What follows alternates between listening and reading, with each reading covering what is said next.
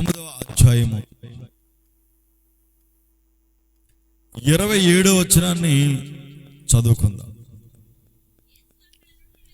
యేసు అక్కడి నుండి వెళ్ళుచుండగా ఇద్దరు గుడ్డివారు ఆయన వెంట వచ్చి, దావీదు కుమారుడా, మమ్మును కనికరించమని కేకలు వేసిరి. ఆయన ఇంట ప్రవేశించిన తర్వాత గుడ్డివారు ఆయన యొద్దకు వచ్చిరి. యేసు, నేను ఇది చేయగలనని మీరు నమ్ముచున్నారా అని వారిని అడుగగా, వారు నమ్ముచున్నాము ప్రభువా అని ఆయనతో చెప్పిరి. అప్పుడు ఆయన వారి కన్నులు ముట్టి, మీ నమ్మిక చొప్పున మీకు కలుగునుగాక అని చెప్పినంతలో వారు కన్నులు తెరవబడెను. హల్లెలూయా. ఇక్కడ కూడా ఇందాక ఒక్క ఆయన, ఇక్కడ ఇద్దరు. దేవుని స్తోత్రం. ఇక్కడ కూడా ఇద్దరు గుడ్డివాళ్ళు ఉన్నారు. ఈ ఇద్దరు గుడ్డివారు కూడా యేసు ప్రభు దగ్గరికి వెళ్ళారు. వెళ్ళి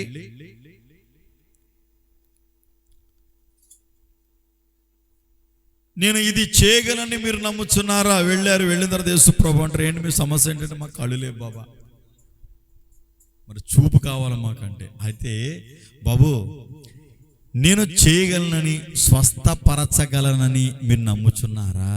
దేవుని స్తోత్రం. నీ జీవితంలో కార్యాలు జరగాలంటే, అద్భుతాలు నువ్వు చూడాలంటే, యేసు ప్రభు చేయగలడని,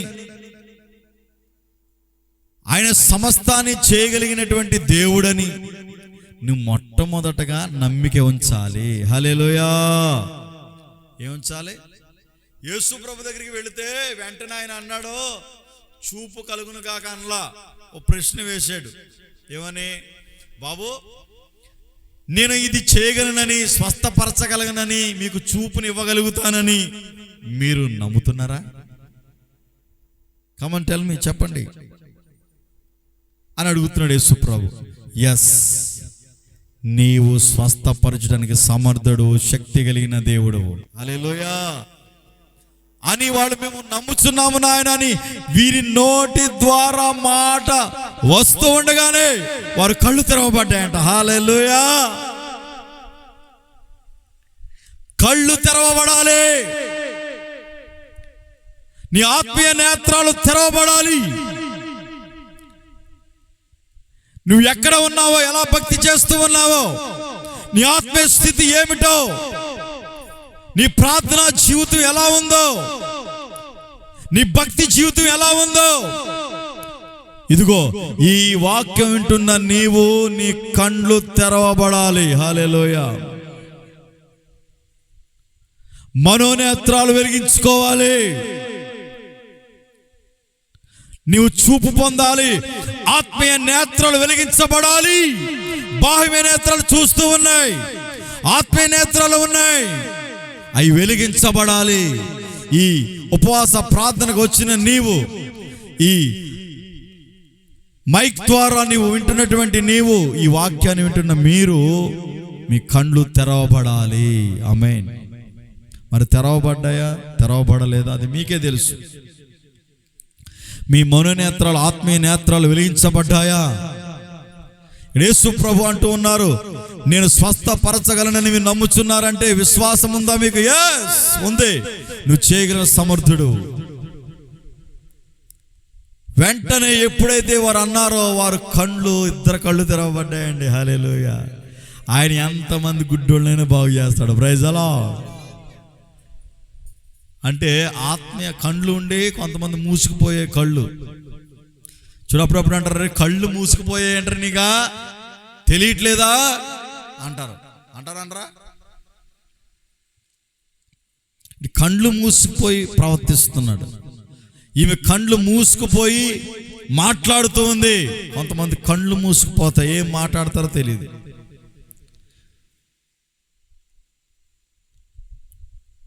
కండ్లు తెరవబడాలండి. ఆత్మీయ నేత్రాలు తెరవబడాలి. కండ్లు తెరవబడాలి. ఎప్పుడైతే విశ్వాసం ఉంచారో వాళ్ళు కళ్ళు తెరవబడ్డాయి, వారు స్వస్థ చిత్తులుగా మార్చబడ్డారు. హల్లెలూయా, ప్రైజ్ ది లార్డ్, దేవునికి స్తోత్రం. చూడండి, వారు నమ్ముచున్నాము ప్రభువా అని ఆయనతో చెప్పిరి. అప్పుడు ఆయన వారి కన్నులు ముట్టి, మీ నమ్మిక చొప్పున మీకు కలుగునుగాకని చెప్పినంతలో వారి కన్నులు తెరవబడెను. అప్పుడు యేసు ఇది ఎవరికి తెలియకుండా చూచుకొనుడని వారికి ఖండితముగా ఆజ్ఞాపించెను. అయినను వారు వెళ్ళి ఆ దేశమందంతటా ఆయన కీర్తి ప్రచురము చేసిరి. హల్లెలూయా. 2 ఇక్కడ ఫస్ట్ వన్, దేవుని వెంబడించాడు అతను, దేవుని మహిమపరిచాడు అతను. దాని ద్వారా అనేక మంది దేవునికి స్తోత్రాలు చెల్లించారు. అది వాక్యంలో మనం చదువుకున్నాం. రెండవదిగా ఈ ఇద్దరు ఏం చేశారంటే, యేసు ప్రభు అద్భుతం చేసిన తర్వాత, వీళ్ళు చూపు పొందుకున్న తర్వాత, ఇదిగో మీరు ఎక్కడ చెప్పకండిరా అన్నాడు. ఏమన్నాడు? ఎక్కడ తెలియపరచొద్దు ఇలా జరిగిందని. అయినను వారు ఊరిలోనికి వెళ్ళారంట, గ్రామంలోనికి వెళ్ళారంట, ఇంటికి వెళ్ళారంట. వెళ్ళి ఏం చేశారో తెలుసా? ఇదిగో యేసయ్య చేసిన అద్భుతాన్ని, వారు కళ్ళు తెరచిన విధానాన్ని, ఆ స్వస్థతను వారు ఏం చేశారు? ప్రచురము చేశారు. హల్లెలూయా.